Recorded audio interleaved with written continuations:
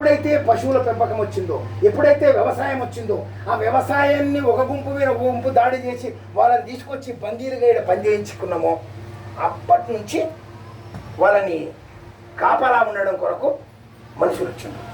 వాళ్ళని కాపలా చేయడం కొరకు కాపలా చేయడం కొరకు సైన్యం వచ్చింది.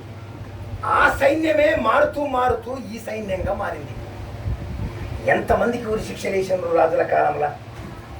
బానిస కాలంలో మనుషులని ఎట్లా అమ్మిందంటే, బానిస కాలంలో మనిషి కాదు, వాడు ఒక పశువు.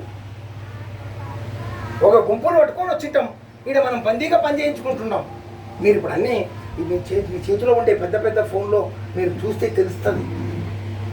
ఆ ఫోన్లలో ఉన్న ఇప్పుడంతా యూట్యూబ్లో కొట్టుకొని బానిస కాలము అంటే ఏమిటి, సమాజం ఎట్లా ఉంది వెనకటికి అడిగితే ఎంత చూపిస్తుంది, ఏం అడిగితే ఏం చూపిస్తుంది ఫోన్లలో. కనుక అట్లా